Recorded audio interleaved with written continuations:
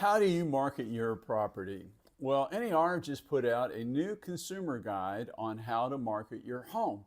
And so I thought I'd go over that with you. And as with pretty much all of these consumer guides, this is primarily oriented toward residential properties. So this is really about marketing your home.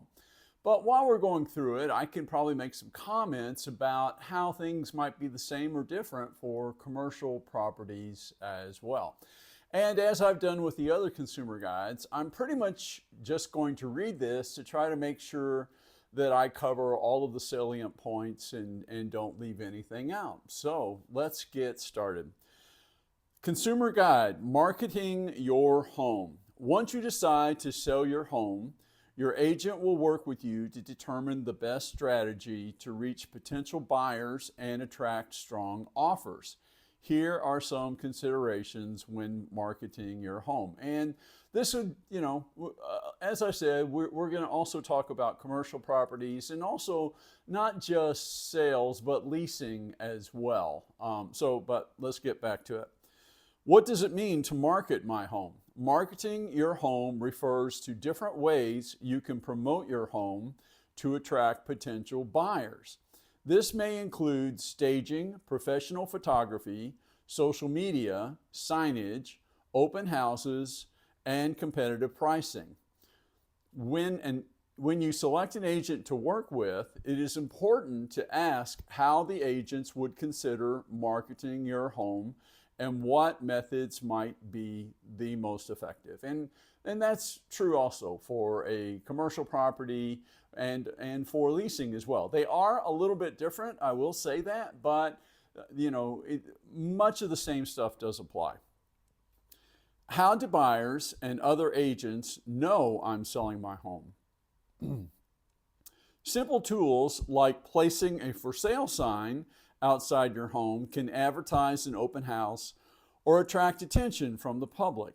Listing on a multiple listing service, online platforms that compile home listings from brokerages in a given market usually provides the broadest exposure to prospective buyers. So, and that is all true. I'll also say that commercial properties, most places, there are some places where commercial properties are still on MLSs, but most places, commercial properties have gone off of MLSs and they're on separate platforms that are specifically for commercial properties. And they are typically called a CIE, a Commercial Information Exchange. And so, and there's more than one of them. Like here locally, we have one that is local. It's basically for the state of Kentucky, and it would include southern Indiana. I think it might even include parts of Cincinnati. But that's the one that is local. But in addition to that, there are some regional or national ones that you can subscribe to. And so I subscribe to another one called Crexi, which is a national platform. And again, a lot of this has to do with the property and what's best for that property. But let's get back to this. How can showings and open houses help me attract buyers? Showings and open houses give potential buyers a chance to see a property in person and ask questions. While showings require appointments, open houses allow sellers and agents to meet with multiple potential buyers at the same time. I think, I can't imagine a circumstance, well, I guess I can, but it's a rare circumstance where you would not want to have showings at your property. If you're really trying to sell it, you need to be able to do that. Now, again, that's tends to be handled a little bit differently with commercial and residential.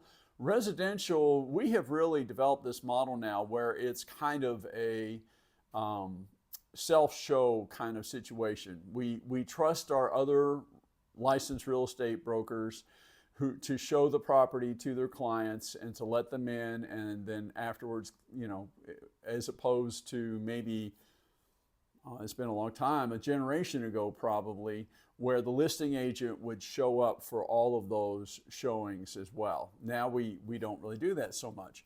In commercial, and this may vary from market to market, but my experience is that most of the time the listing agent will schedule a time with you and they will be there and you will go through it together. Um, there are not a lot of listings where you put a lockbox or something like that and allow people to show it themselves, although that does happen, but not nearly as commonly. Open houses in residential are, I think, lots of times a good idea.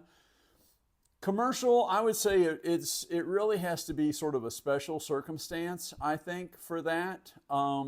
They are not often done. They're done occasionally, and sometimes they work very well. But it's a little bit of a different. It's a little bit different. So that's just not done as much.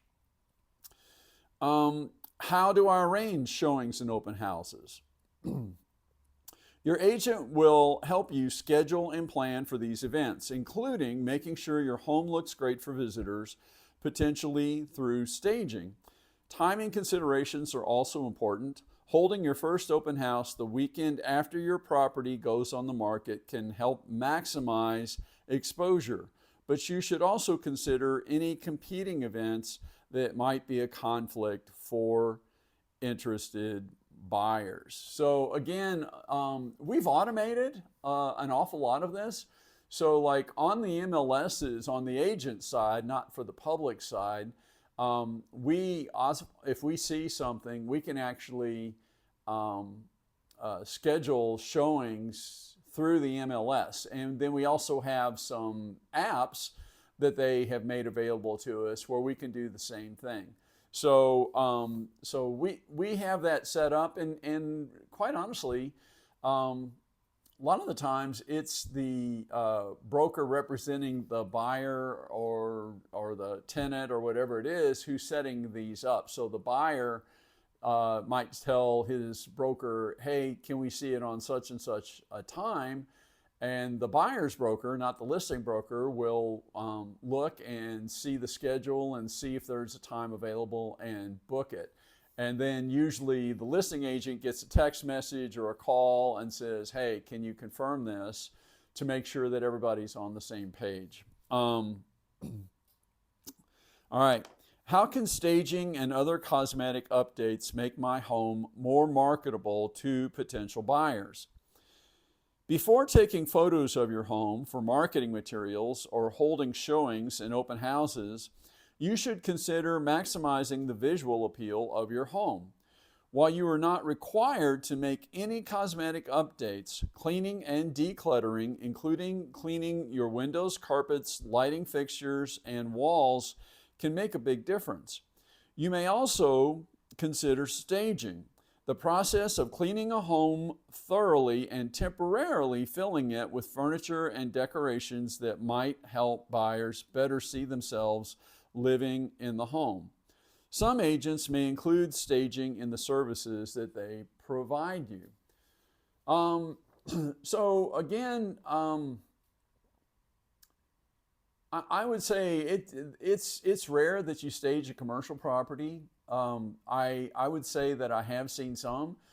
Sometimes, especially like if you have, let's say that they have built a new office building for the sake of discussion, and it's brand new and it's not even filled out yet. They may have, say, one office where it's kind of like their demo, for you to see.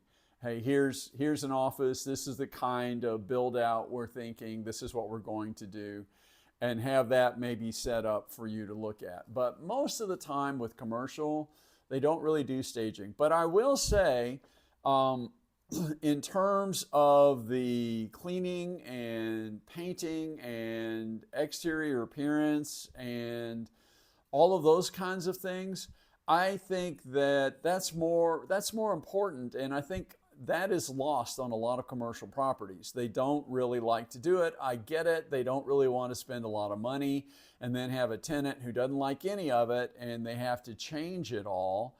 But I will say that it makes a difference. You want, when someone comes and they're touring your property, you want it to be neat. It doesn't necessarily have to be, in perfect condition, but if I've been in properties where there's like holes in the walls, there's holes in the ceiling, the air conditioning doesn't work, and it's a mess. It's an absolute mess. And you talk to the owners about it and like, well, I know that needs to be fixed. Tell them I'll fix it. Tell them I'll fix it. It's just that I don't want to spend the money. It's a lot cheaper if I do it all at once and all that. And I understand what they're saying, but they're costing themselves customers.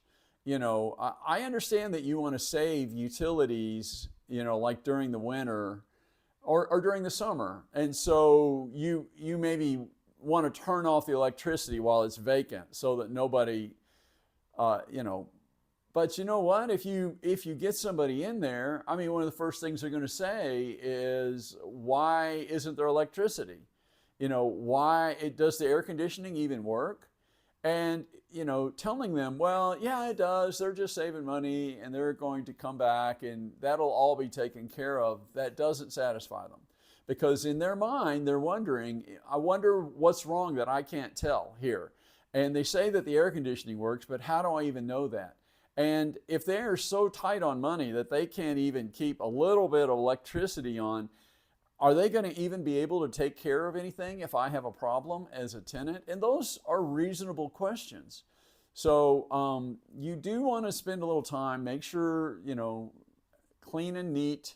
Doesn't have to be in perfect condition. Ideally, maybe you could even paint it white, put it in a white box condition, and you don't have to build everything out, but it should be neat, it should have a nice appearance from the outside.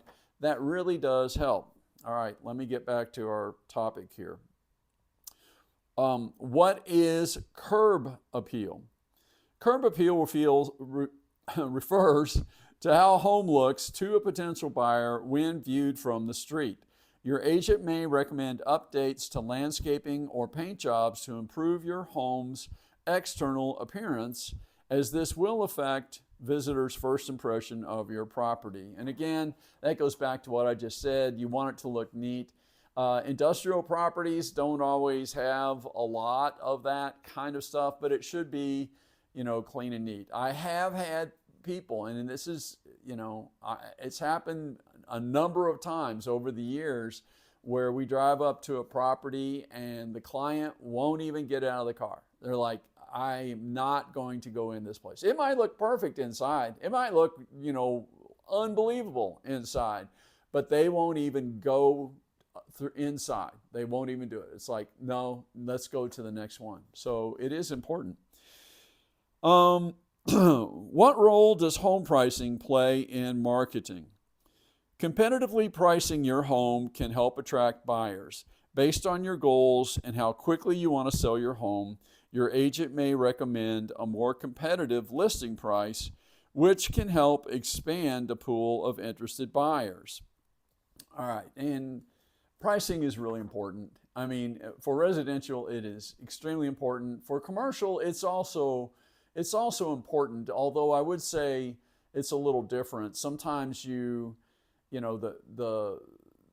complexity of a commercial property, there's a whole lot of things that people are looking at other than the price and the location. They're often looking for specific equipment. They're often looking for, specific, there could be all kinds of things, specific dimensions.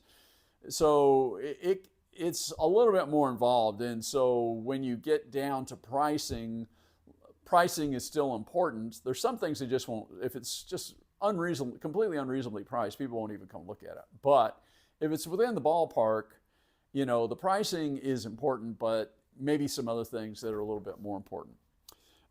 Practices may vary based on state and local laws.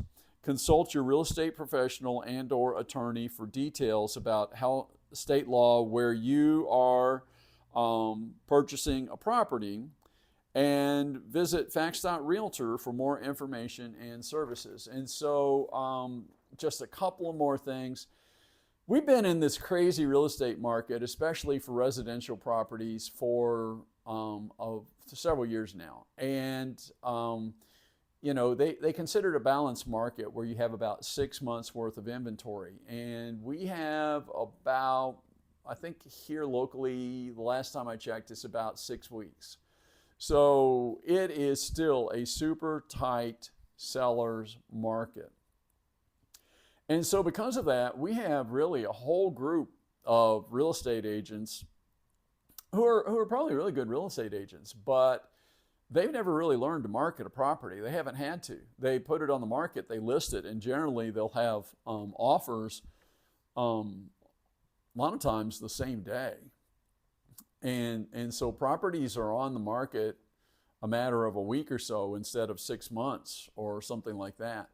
And so it does seem like our market is changing. It is very different for commercial properties. That is not at all true for commercial properties. And so one thing to consider is, do these people know how to market my property? Right now, like I said, it's still a very, very tight seller's market, and that's not quite as important, but for some things it can be very important. And it's just one of those things. It's not, I'm not really knocking those people. It's a matter of experience.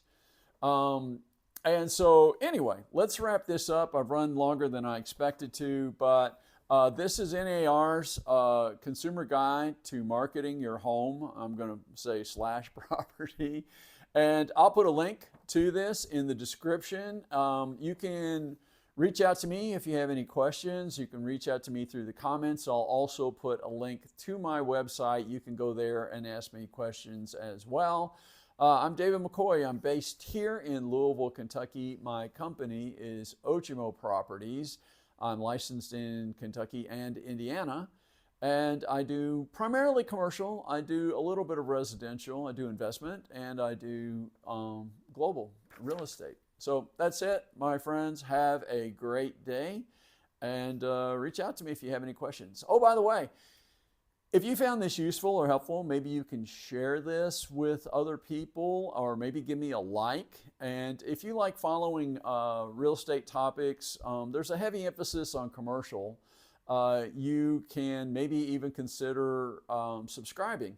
And another place you can look for some answers you may be looking for is at my YouTube channel. If you go to my YouTube channel, I've done a number of videos on all kinds of topics, and you might be able to go there and find some answers to some questions you might have. And we will call it a day. Have a great day, everyone. Thank you for watching.